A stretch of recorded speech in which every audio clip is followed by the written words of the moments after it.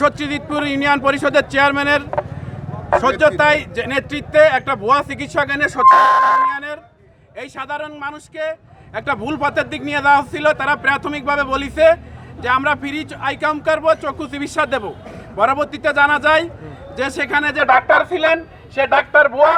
এই ক্ষেত্রে সাধারণ জনগণের যখন চোখে পড়ে তখন যেই 10 নং সত্যজিৎপুর ইউনিয়নের চেয়ারম্যান ডাক্তারকে নিয়ে পালিয়ে যেতে বাধ্য হয়। সেই 10 নং সত্যজিৎপুর ইউনিয়ন পরিষদে চেয়ারম্যানের ছত্রছায়ায় একজন ভুয়া চিকিৎসক, যার কোনো সার্টিফিকেট নাই, সে বেশ কিছুদিন যাবৎ অবৈধভাবে চিকিৎসা দিয়ে মানুষকে জিম্মি করে তাদের কাছ থেকে টাকা হাতিয়ে নিয়েছে।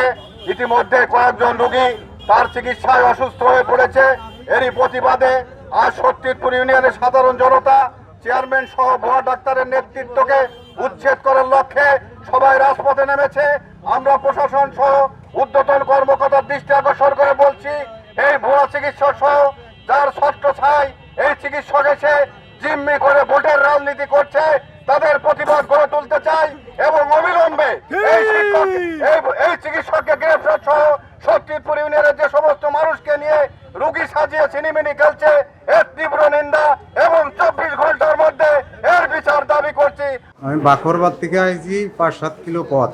এখানে ডাক্তার দেখাতে আইছি চোখের সমস্যা। তো কি এই জাপ সমতল দেখি ভালো পরিষ্কার দেখি, বসায় দেখলে চশমা দিয়ে দেখলে তারপরে কি কি লাগবে। এখন কিনি নেই, কিছু করলে তো ওষুধ নিয়ে যান, চশমা বানাতে 720 টাকা চশমা বাদে দাদা 130 টাকা না, বাজারে পাওয়া যায় না। চোখের জ্যোতি বাড়বে, চোখ ভালো হবে, এই বিষয়। সাধারণ মানুষকে, অসহায় গরিব খেটে খাওয়া মানুষকে প্রতারণা করে যে অর্থ লুপাতে যে একটা ব্যবসা, এটা আবার জীবনে আমি দেখি নাই।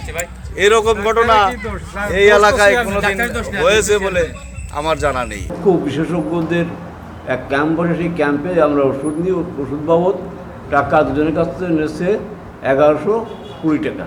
এখন শুনছি না কি সে ভুয়া না কি এটা ভালো, আমরা বুঝতে পারি না। আমি জিজ্ঞাসা করেছিলাম, তা বললো কি এটা তো মোবাইল ক্যাম্প। আমি আজকাল আমি আসছি, আরেকজন আসবে, প্রত্যেক এই জন্যই ব্যক্তিগতভাবে কারোর নাম দেওয়া থাকে না, এই প্যাড ব্যবহার করা হয় মোবাইল ক্যাম্প হিসেবে। এখানে আসলে আমরা আসছি একটা রোগীর, চোখের রোগীর প্রাথমিক ট্রিটমেন্ট দেওয়ার জন্য। যে বেসিক ট্রিটমেন্টটা, এই ট্রিটমেন্টটা দেওয়ার জন্য তার চোখে ছানি আছে কিনা, বা তার চোখ দিয়ে পানি পড়ে, চোখ চুলকায়, বা চোখ দিয়ে সূচ আসে কিনা, বা কোনো নালী কোনো সমস্যা আছে কিনা, আমি প্রাথমিক পর্যায়ে তাদেরকে একটা ধারণা দিই যে আপনার এই সমস্যা আছে, আপনার এটা করতে হবে, বা আপনার এই সমস্যাগুলো আছে, আপনি হসপিটালে চলে যান। যদি বেশি সমস্যা হয় তাকে মনে করেন যে আমরা রিফার করে দিই হসপিটালে। আর যদি দেখি যে না, সে প্রাথমিকভাবে মোটামুটি ভালো আছে, তখন তাকে একটা পরামর্শ দিই, আপনি এইভাবে চলবেন, এইভাবে চশমা লাগলে বলে চশমা ব্যবহার করতে হবে। এবং মাথা ব্যথা রোগী প্রাথমিক পর্যায়ে যে ট্রিটমেন্ট পাবে সেই ট্রিটমেন্টগুলো আমরা এখান থেকে দিয়ে দিই। এখানে দেখা যাচ্ছে যে অনেক মানুষ আছে যে মেডিসিনটা সঠিকভাবে পায় না সব জায়গায়, যে চোখের ড্রপ অনেক সবসময় সব জায়গায় পাওয়া যায় না।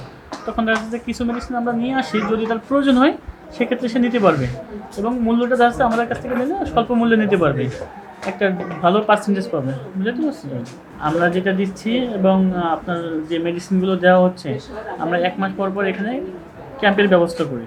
যে রোগীর দেখি অপারেশন দরকার তাদেরকে আমরা পরামর্শ দিই, আপনাদের অপারেশন লাগবে, আপনারা হসপিটালে যান, হসপিটালে যাওয়ার পরে তারপরে তাদের সেখানে আলোচনা সাপেক্ষে অপারেশন করতে পারবে তারা। হ্যাঁ।